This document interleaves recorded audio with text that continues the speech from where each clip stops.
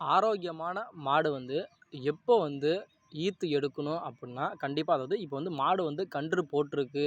அந்த மாடு வந்து எப்போ வந்து அந்த சினை பருவத்துக்கு வந்து கண்டிப்பா வந்து வரணும் அப்புட்னா, கண்டிப்பா வந்து ஒரு ஆரோக்கியமான மாடா இருந்துச்சு அப்புட்னா, மாடு வந்து கன்று போட்டு அதாவது 3 மாசம் பூர்த்தி அடைஞ்சிட்டாவே வந்து அந்த மாடு வந்து கண்டிப்பா வந்து ஒரு ஆரோக்கியமான மாடா இருந்துச்சுன்னா, கண்டிப்பா வந்து அந்த சினை பருவத்துக்கு கண்டிப்பா வரும். இதுதான் வந்து கரெக்ட்டான ஒரு ஆரோக்கியமான மாடு வந்து ஒரு சினை பருவத்திற்கு வர்றதுக்கான கரெக்ட்டான ஒரு அறிகுறி. அப்பதான் அந்த மாடு வந்து ஆரோக்கியமா இருக்கு அப்படிங்கிறதுக்கான அர்த்தம். ஏன்னா அந்த மாடு வந்து அந்த 3 மாசத்துல வந்து அதுக்கப்புறம் வந்து பருவத்துக்கு வந்துருச்சுன்னா, அந்த மாட்ட வந்து நம்ம சினை ஊசி போட்டாலும் அந்த மாடு வந்து கண்டிப்பா வந்து சினை பிடிக்கும்.